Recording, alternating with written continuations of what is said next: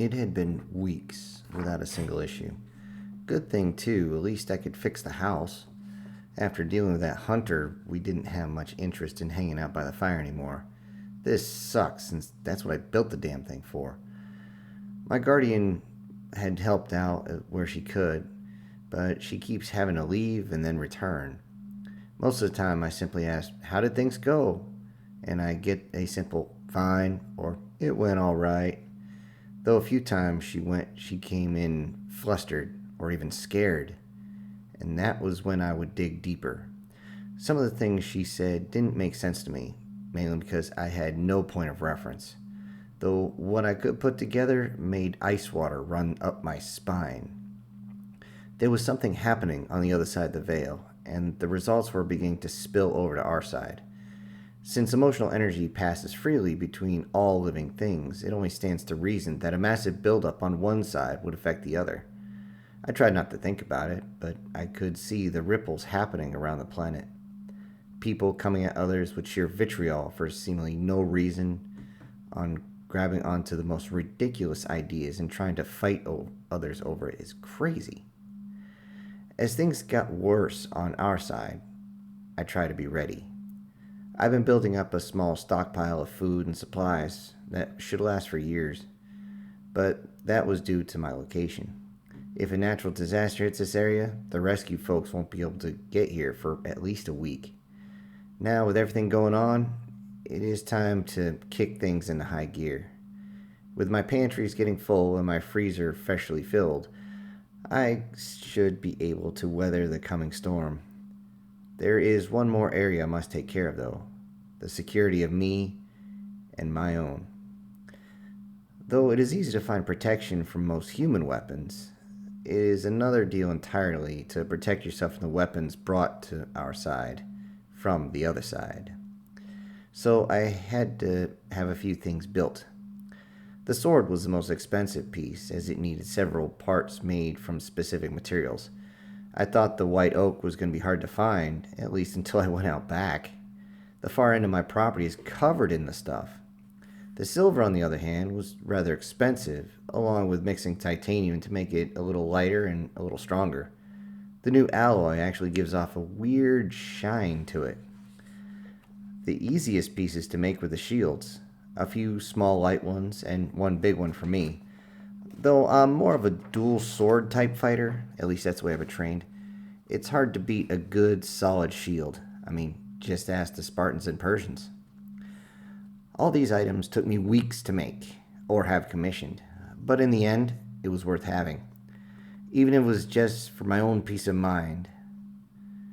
Then deer hunting season is when I first saw the migration and knew that I must absolutely be ready. Sitting in my tree stand can be rather boring. You can't move much or the animals will see you. You can't make any sounds or they'll scare all the prey away. You can't even shower much or the animals will smell it. Not only you, but the soap. So there I was, just in camouflage lump of holding a rifle. Now, I know a mind might wander while you're there, or you can even fall asleep, but what happened was definitely no dream. Out of the corner of my eye, I saw movement. I try to keep still as my heart rate goes through the roof. Ever so slowly, I turn my head and get a good look. Since I don't have a doe tag, I had to make sure of what I was taking.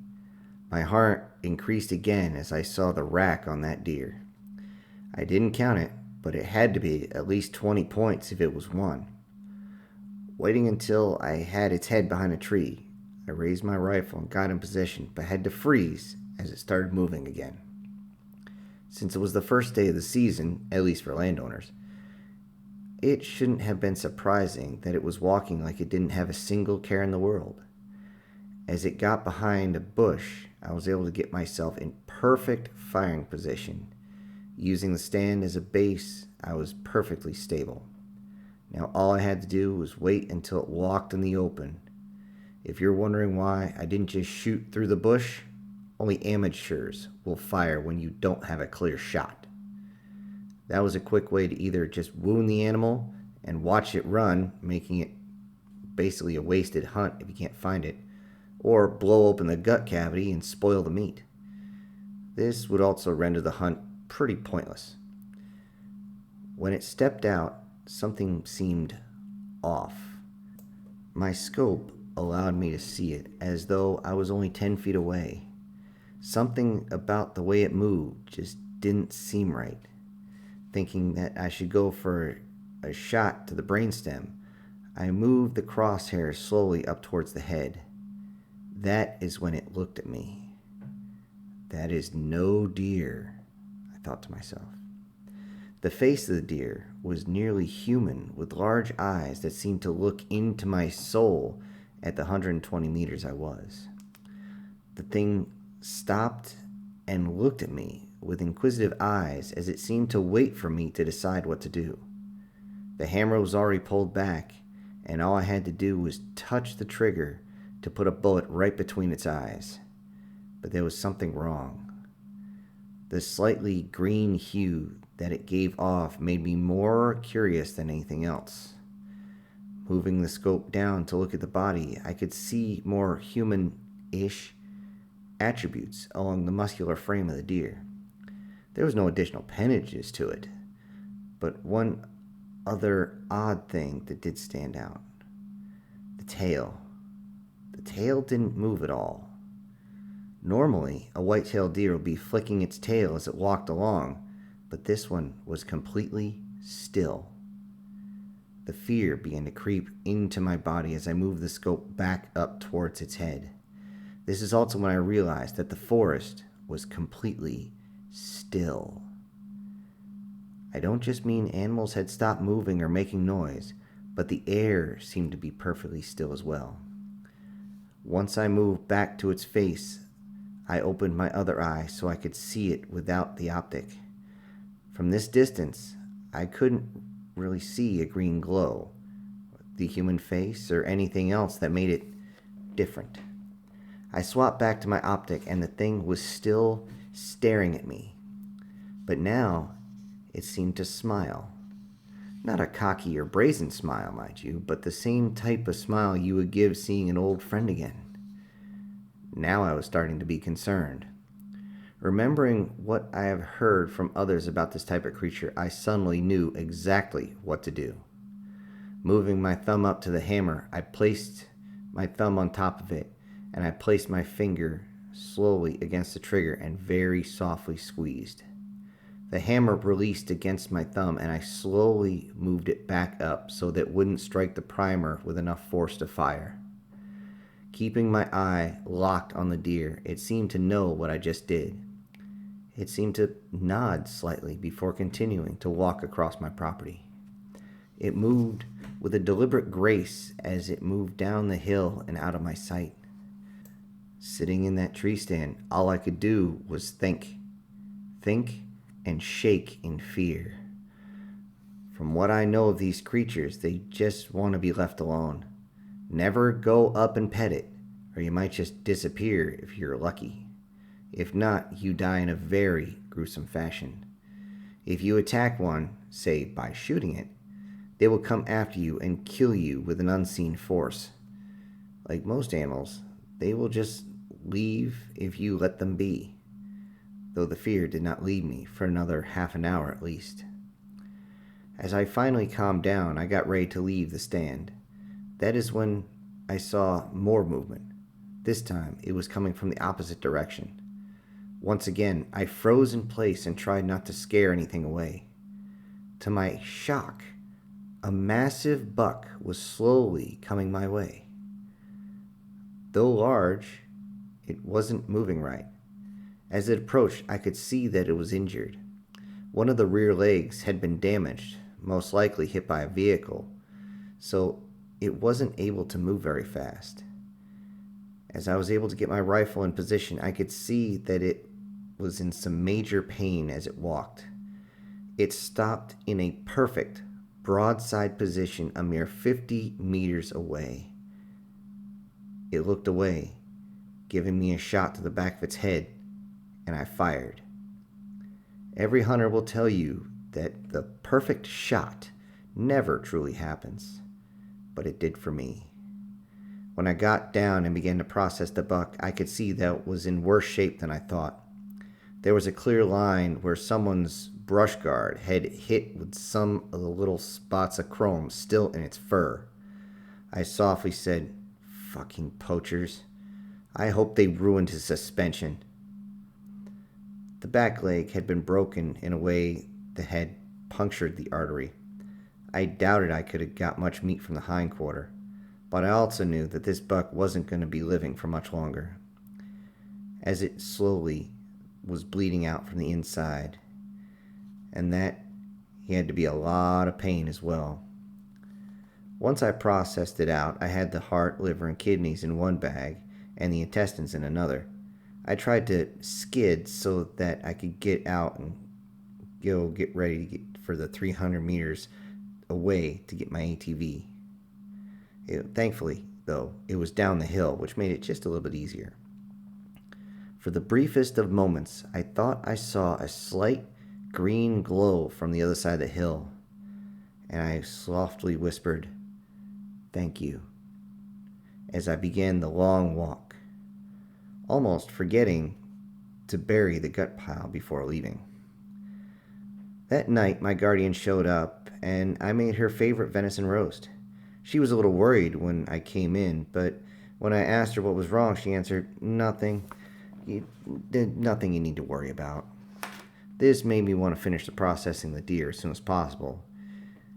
And we ate well that night, though I wondered if she was going to eat the plate too with the amount of food she put down. I keep forgetting that demons like her must either consume food or accept energy in other ways. I know that she has not been summoned for a while, so her hunger is very justified.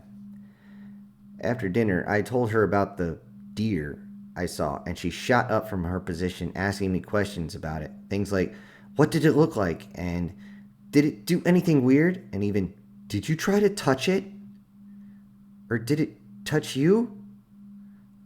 All of which seemed to come at me in rapid succession, almost like an auctioneer. So much so that I had to slow her down to even answer one of them.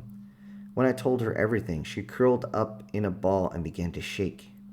She began to explain that those creatures are some of the only ones that can freely pass between the other side and here.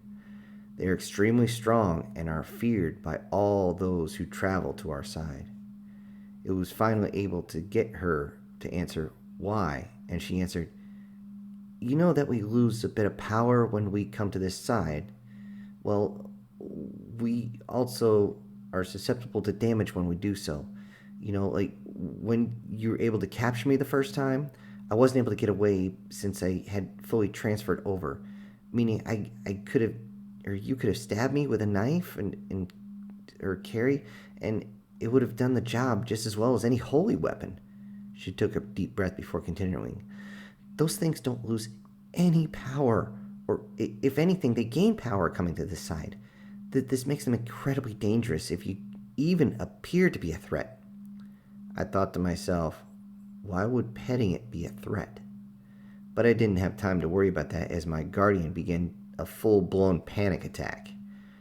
No matter how much I assured her that it walked away, she was just shaking and just kept shaking. She was freaking out so much that she couldn't stay in human form, and even wrapped herself up in her tail and her wings.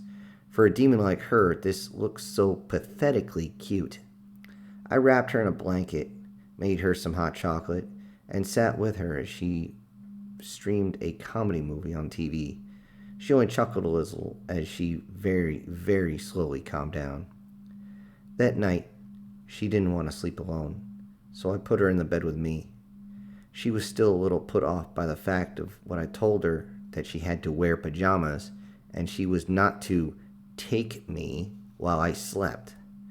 She tried to argue a little bit and claimed that the intimate contact, and I quote, "it will calm us down," where I responded, "Unlike you, I am calm."